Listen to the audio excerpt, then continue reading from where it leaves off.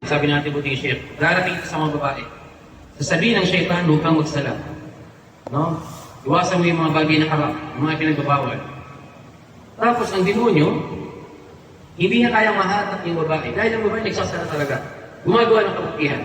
Hindi kayang hatakin ng demonyo ang babae na yan na iwan yung pagdarasal. Ibig sabihin, nagdarasal talaga yung babae. Matibay siya. Malakas ang kanyang pananampalataya. Ang gagawin ng demonyo, pupunta siya sa ibang pintuan, sa ibang daan. فمن هذه الأبواب التي يدخل الشيطان فيها هو إفساد ما بين الزوجين، إفساد الأسر. So, ang gagawin ng demonyo, dahil hindi ka na mahatak na hindi ka magsala, matibay si babae, matibay si sister, ang gagawin ng demonyo, pasok siya sa pintuan para pag-awayin ang mag-asawa. Ano po, ito yung gagawin ng demonyo.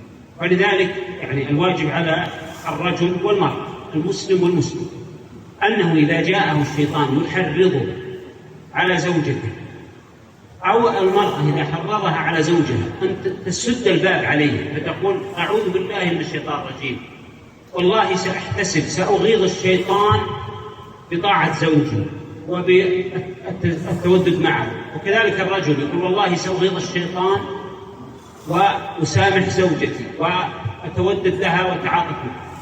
So, ang sabi ng ating buting share, sister, galitin mo ang demonyo. Galitin mo ang demonyo sa pamamagitan ng pagsunod mo sa iyong asawa.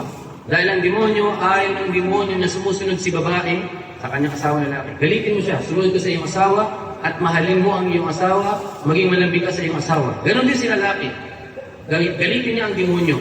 Galitin ni lalaki ang demonyo. Mahalin niya ang kanyang asawa, maging malambing si lalaki sa kanyang asawa at sila ay magmahalan.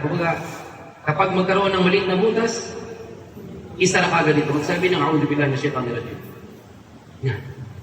ومثل ما قلنا في أول الدرس أن هذه بشارة حقيقة للمؤمنة أنها تعمل عمل قليل وتجد جزاءه عند الله كبير.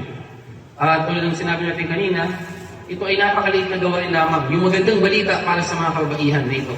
Yung sa hadith, maliit na gawain lamang, pero napakalaki ng reward.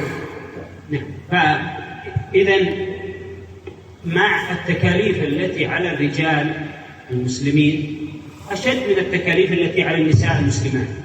Ang mga obligasyon na itinalaga ni Allah subhanahu wa ta'ala sa mga kalakihan, napakabigat. Napakabigat, napakahirap. At sa mga kababaihan, napakadali lamang. ومثلا أحيانا يأتي شبهة يعني يتكلم بها بعض المفسدين فيقول مثلا